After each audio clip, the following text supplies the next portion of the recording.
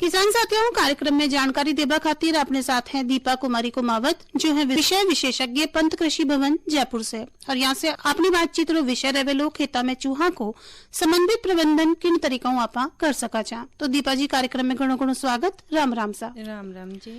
तो सबसे पहले कार्यक्रम सुन रहा जो किसान साथी है वाने यू ही बताओ कि चूहा को समन्वित प्रबंधन करवा की काई आवश्यकता पड़े छे। देखो, इसका प्रबंधन इसलिए करना चाहिए क्योंकि जो चूहे होते हैं जो राजस्थान में, उनकी वजह से बहुत ज़्यादा नुकसान होता है फसलों के अंदर। बाजरा है, मूंग है, मोट है, मूंगफली है, बहुत सारी ऐसी फसलें हैं जिनमें चूहे बहुत ज़्यादा नुकसान पहुंचाते हैं। 5 से लेके 15% तक उनकी जो पैदावार होती है वो घट जाती है चूहों की वजह से। जब फसल कट के खलिहानों में आती है तो चूहे वहां भी पहुंच जाते हैं और जो अनाज है उसको उठा के बिलों में ले जाते हैं। तो किसान उन चीजों की अनदेखी कर देता है पहले तो, मगर जब संख्या दिन प्रतिदिन उनकी बढ़ती रहती है और एक वक्त या एक स्थिति ऐसी आ जाती है जब उनका नुकसान रोकने के सारे उपाय अपने विफल हो जाते हैं। तो इसीलिए हमें समन्वित कीट प्रबंधन करना चाहिए। जब हमें यूं लगे कि हाँ, ये चूहे हो गए हैं खेत में, ये अपन को आर्थिक नुकसान पहुंचा सकते हैं, तो हमें उनका प्रबंधन करना चाहिए। जी साहब। तो साहब ये बताओ कि जो चूहा जो नुकसान करे छे, देखो कारण कहीं छे। देखो, इसके 2 कारण होते हैं। चूहों के दांत होते हैं, अग्रिम एक जोड़ी होती है जो नुकीले और लंबे होते हैं, वो जीवन भर बढ़ते रहते हैं। और इनकी जो लंबाई होती है वो 1 साल में 12 सेंटीमीटर तक बढ़ती है चूहों के दांतों की। अगर वो इसकी बढ़त को नहीं रोकते हैं तो उन चूहों के मुंह बंद हो जाते हैं और फिर उनको भूखा रहना पड़ता है। इसलिए वो जब उनका पेट भर जाता है फसल को खाने के बाद में भी, या किसी भी चीज को खाने के बाद में पेट भर जाता है, तो भी वो अपनी दांतों की जो लंबाई है उसको कम करने के लिए चीजों को कुतरते रहते हैं। और जो दूसरा कारण है ये नुकसान करने का, क्योंकि वो ज्यादा संख्या में उपस्थित रहते हैं हमेशा जी, जहाँ पे भी रहते हैं खेतों में तो स्पेशली, और उनकी जो प्रजनन क्षमता होती है वो बहुत अधिक होती है। जी सर। एक जोड़ा जो चूहों का होता है लगभग अपने जीवन काल में 800 से 1200 चूहे पैदा कर पाता है। अच्छा साहब। इस वजह से ये चूहे बहुत ज्यादा नुकसान पहुंचा देते हैं। तो सब कहीं जो चूहा की जो नुकसान पहुंचावा वाली, क्या सभी तरीके का चूहा नुकसान पहुंचाओ छे या फिर कोई विशेष कोई प्रजाति ऐसी हो छे कि जो ज्यादा नुकसान पहुंचावे छे अपनी फसल? देखो, चूहों की जो प्रजातियां होती है 18 प्रजातियां लगभग पाई जाती है राजस्थान के अंदर। इनमें से खेत खलिहानों या जो चरागाह होते हैं उनमें से मुख्यतः 4 से 5 प्रजातियां ही ज्यादा नुकसान पहुंचाती हैं। जैसे मरु जरबिल होता है, जो बड़े चूहे होते हैं जो काले होते हैं, और दूसरे होते हैं रोम युक्त पैरों वाले जरबिल, जो छोटे चूहे होते हैं भूरे कलर के होते हैं। और तीसरे होते हैं नरम रोएदार मैदानी जो चूहे होते हैं। वो इस तरह की कुछ प्रजातियां हैं वो जो नुकसानदायक होती है हमारे किसान भाइयों के लिए, खेतों में उनके फसलों के लिए। अब ये बताओ कि जो खेता में चूहा नियंत्रण है बिका उपाय कौन कौन सा अपना किसान साथी कर सके छे? देखो, चूहा बहुत चालाक प्रवृत्ति का जानवर होता है, वो एक जगह कहीं नहीं रुकता।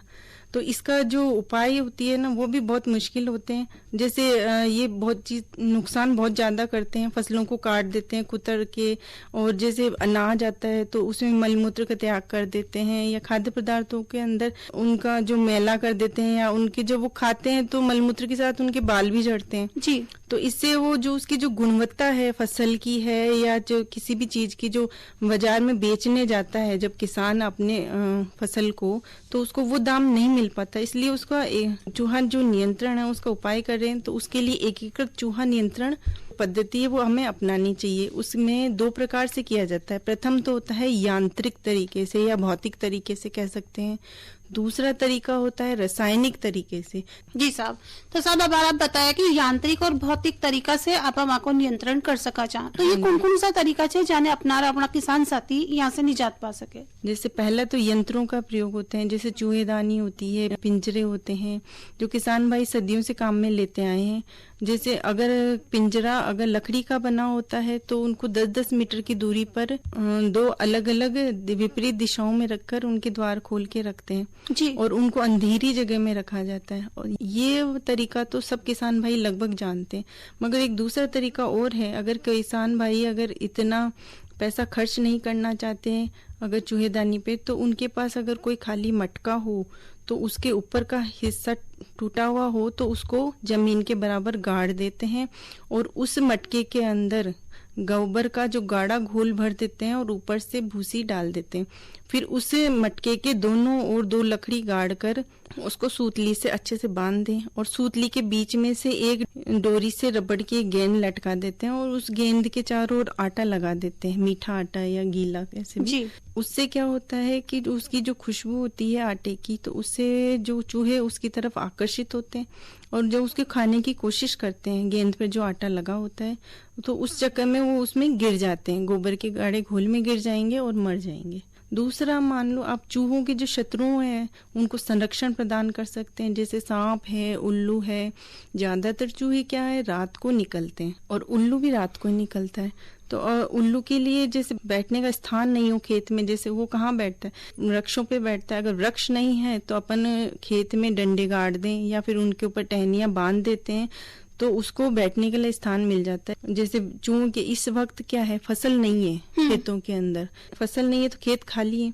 खेत खाली होते हैं तो जहाँ पे मेड़ है या पानी की जो नालियां हैं, जहाँ पे चूहों के बिल बनाए हुए हैं, उन बिलों को खोद के भी अपन चूहों को मार सकते हैं।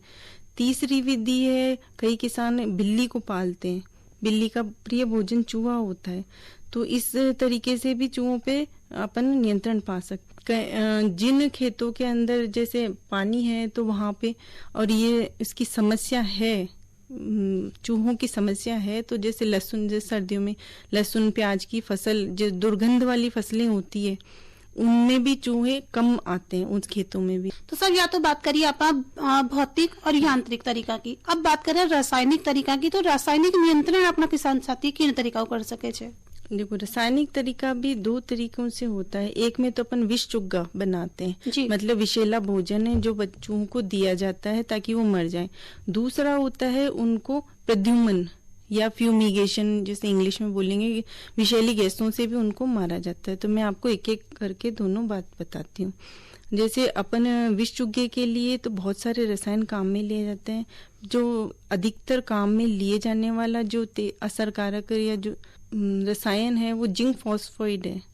ये अत्यंत तेज होता है, अत्यंत असरकारक जहर होता है, जिसकी ग्राह्यता नियंत्रण कार्यक्रम को प्रभावी बनाने के लिए अपन इसको विष चुग्गा बनाने से पहले अपन चूहों को सादा चुग्गा खिलाया जाता है। जी। अब सादा चुग्गा कैसे बनाए? सादा चुग्गा बनाने के लिए अपन उनको 1 किलो का जो अनाज लें, अपन चाहे गेहूं लें, चाहे बाजरा लें, चाहे मक्का लें, जो भी लें, उसके अंदर 20 से 30 ग्राम खाने का तेल अच्छे से मिक्स करके या मिलाकर चुपड़कर, और उनके 10 से 15 ग्राम प्रति बिल, चूहों के जो एक एक बिल है उसके सामने रखें, तो वो उसको खाएंगे।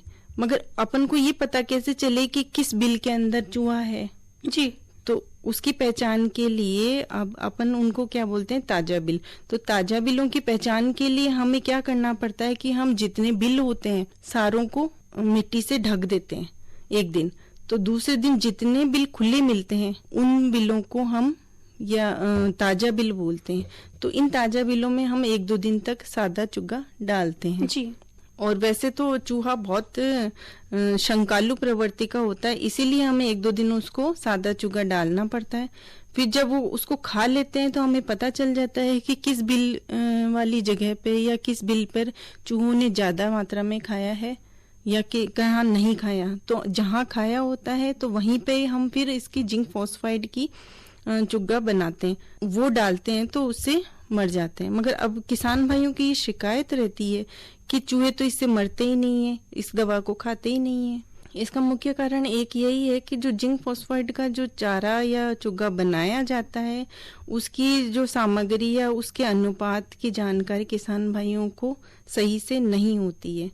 तो जिंक फॉस्फाइड होते हैं, ब्रोमेडाइलिन होता है, ये दवाएं हैं कुछ जिनका एक अनुपात में बता रही हूँ। जैसे अगर अपन आधा किलोग्राम का विष चुग्गा बनाते हैं तो उसके अंदर 450 ग्राम के लगभग हमें अनाज लेना है, चाहे वो दाल हो, चावल हो, चाहे गेहूं, जो भी अपन अनाज लेना चाहते हैं वो ले लें। उसमें 20-20 ग्राम खाने का तेल या पिसी हुई चीनी, दोनों 20-20 ग्राम डाल दें, और 10 ग्राम की मात्रा के अंदर जिंक फॉस्फाइड दवाई या फिर ब्रोमेडाइलिन ये दवाई डाल सकते हैं। इनको अच्छे से मिलाएं और फिर उनके ये चुग्गा उनके चूहों के 10 से 15 ग्राम के लगभग हर बिल के पास डालें, तो उससे चूहे मर जाते हैं।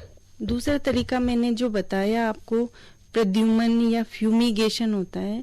जो एल्यूमिनियम फॉस्फाइड जो रसायन होता है उसकी दवाई आती है या टैबलेट्स आती हैं, जो फास्टॉक्सिन के नाम से दवाई मिलती है बाजार के अंदर। उसकी जो 2 गोली है प्रति बिल के हिसाब से उसमें डाली जाती है, बिल के अंदर 10 से 15 इंच के गहराई पे डाली जाती है और उन बिलों को ढक दिया जाता है मिट्टी से। सिर्फ एक ही बिल को छोड़ के बाकी सब बंद कर दिए जाते हैं। मतलब एल्यूमिनियम फॉस्फाइड की जो गैस बनती है उसकी गैस की वजह से चूहे बिलों में ही मर जाते हैं।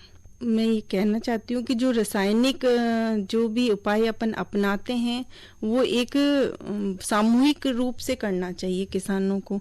चूहे खेतों में वापस घुसपैठ कर जाते हैं। अगर छोटे क्षेत्र में एक खेत में कर दिया या 2 खेत में कर दिया, ये मतलब व्यापक स्तर पर जैसे पूरा सामूहिक रूप से पूरे गांव में या 10-15 खेत में इस तरह से तो एक साथ किया जाए तो उनकी वापसी उन्हीं खेतों में घुसपैठ की संभावना कम रहती है।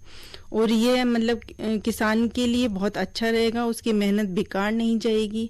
तो सब ये बताओ कि जब आपण या चूहानाशी विष को प्रयोग करना चाहतो, एक भी प्रयोग करता समय और प्रयोग करवा के पाछे अपना किसान साथी कौन सी सावधानियों को ध्यान रखे? देखो, कुछ सावधानियां हैं जो विष चुग्गा बनाते समय हमें ध्यान रखनी चाहिए या फिर उसके उपयोग करते वक्त हमें ध्यान रखना चाहिए। जैसे चूहानाशी विष या चुग्गा जो हमने बनाया है उसको अलमारी में रखना चाहिए, ताले वाली अलमारी, ताकि बच्चों की पहुंच से कम वो दूर रहे। या और जैसे विष चुग्गा जो अपन बनाते हैं खुली हवादार जगह पे बनाएं। अगर किसी कमरे में बना रहे हैं तो वो भी खुला हो, हवादार हो। और जो जिंक फॉस्फाइड की जो गोली अपन जो बनाते हैं उसमें कभी भी पानी नहीं मिलाना चाहिए। एक जैसे चौथा उपाय ये कि अगर अपन इसको खुले स्थान पे बना रहे हैं तो भी अपन दस्ताने पहनकर और लकड़ी के डंडे से अच्छे से मिलाकर उसको बनाएं, नंगे हाथों से नहीं बनाएं। और जैसे खाली हुए डिब्बे उनको नष्ट करें, जमीन में अच्छे से दबा दें। पशु पक्षियों या मुर्गियों या वन्य जीवों को उनको ध्यान में रखते हुए विष चुग्गा सिर्फ बिलों की अंदर जो गहराई में ही डालना चाहिए, बाहर नहीं डालना चाहिए, नहीं तो उनको ये पशु पक्षी खा ले तो उनकी भी मौत हो सकती है। और नियंत्रण जो अपन कर लेते हैं उसके बाद में अगर चूहे मर जाते हैं तो उन सारे चूहों को अपन एक जगह इकट्ठा कर रहे हैं और एक गड्ढा खोद कर गहरा जमीन में उनको दबा देना चाहिए। यदि दुर्घटनावश इसे कोई खा ले तो गले में अंगुलियां डालकर उल्टी करवाएं और शीघ्र से शीघ्र उसको चिकित्सक के पास में सहायता के लिए लेके जाएं। वाह, बहुत बढ़िया उपयोगी जानकारी दीपा कुमारी कुमावत जी थे मका किसान साथियों से साझा की। तो आप कार्यक्रम में पधारिया और इतनी उपयोगी जानकारी किसान साथियों से साझा की। ये कितानी आपको घणो धन्यवाद सर।